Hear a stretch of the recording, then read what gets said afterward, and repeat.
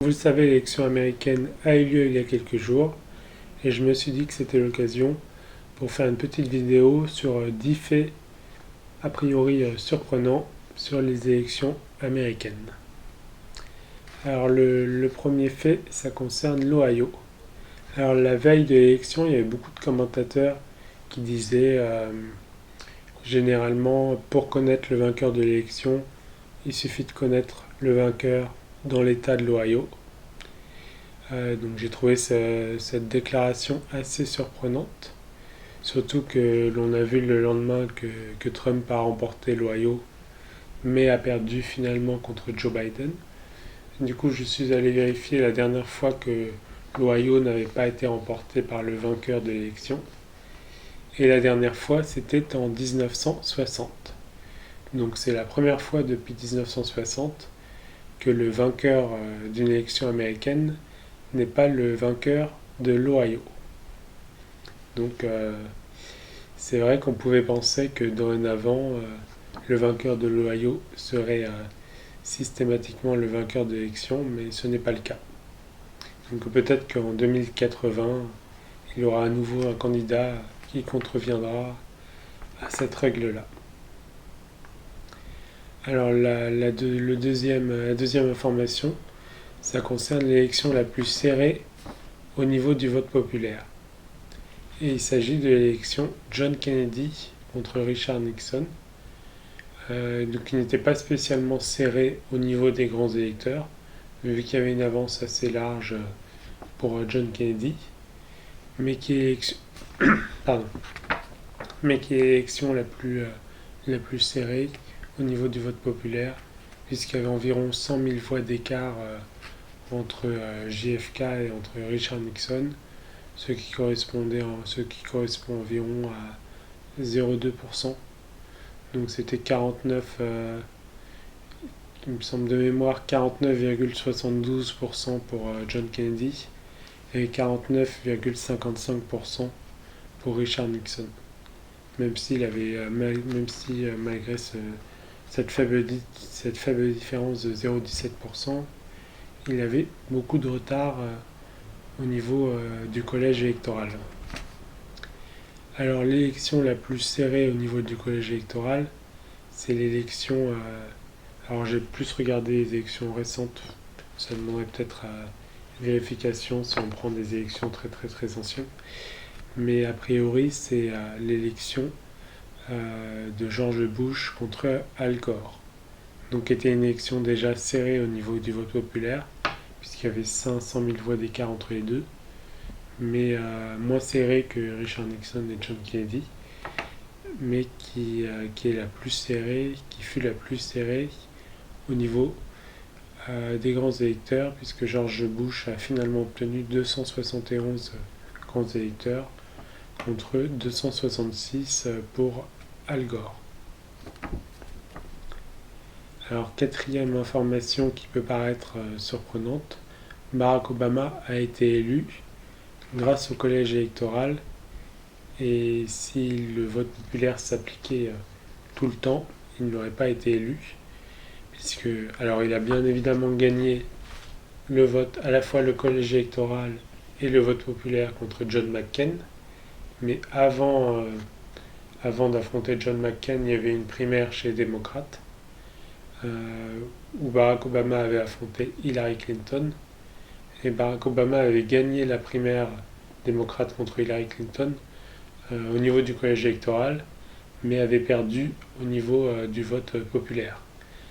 Du coup, il y avait environ un peu plus de 35 millions de votants pour cette primaire démocrate, et Hillary Clinton avait obtenu 17 800 000 voix, et Barack Obama avait obtenu 17 500 000 voix.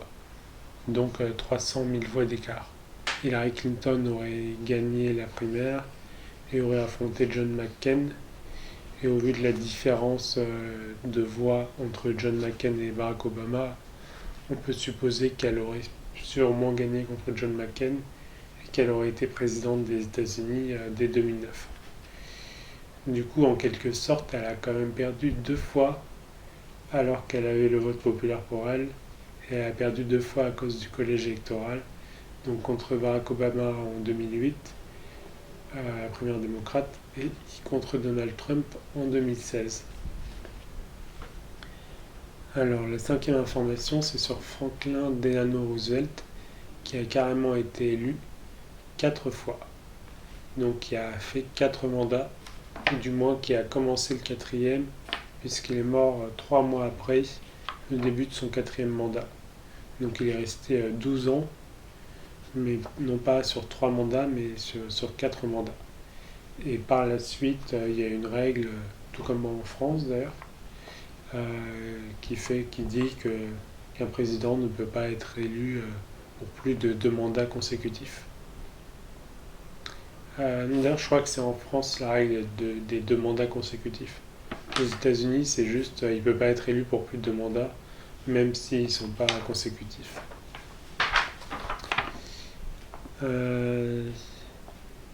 Alors, Trump a tweeté qu'il avait. Trump a tweeté récemment, hier, je crois, ou aujourd'hui, 71 millions de voix, c'est le plus qu'un président en exercice ait obtenu. Et en fait, techniquement, il a raison, puisque effectivement, il n'y a aucun président en exercice, qui ait obtenu plus de 71 millions de voix lors de sa réélection. Bon, ce qu'il oublie de dire, c'est que Joe Biden en a obtenu 75 millions. Et certes, c'est pas un président en exercice, mais bon, c'est son adversaire. Donc pour l'instant, le record de voix obtenu, les 5 candidats qui ont obtenu le plus de voix au cours d'une élection, c'est du coup Joe Biden avec 75 millions de voix, suivi de Donald Trump avec 71 millions de voix, suivi de Barack Obama avec 69 millions de voix lors de sa première élection en 2008. Ensuite, le quatrième, c'est à nouveau Obama, donc 65 millions de voix et quelques lors de sa réélection en 2012.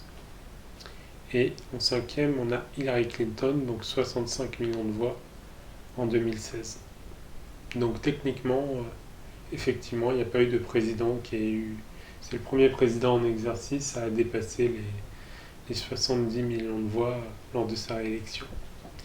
Mais bon, vu qu'il a en face de lui un mec qui fait 75 millions de voix.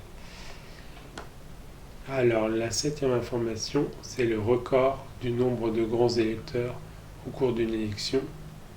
Et ce record est de 525 grands électeurs, ce qui correspond à 49 États sur les 50.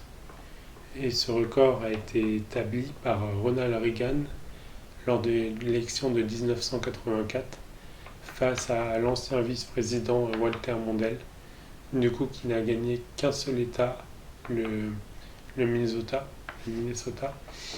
et peut-être un autre petit État sur le côté, mais en gros qui n'a obtenu que 13 grands électeurs contre 525 pour Reagan.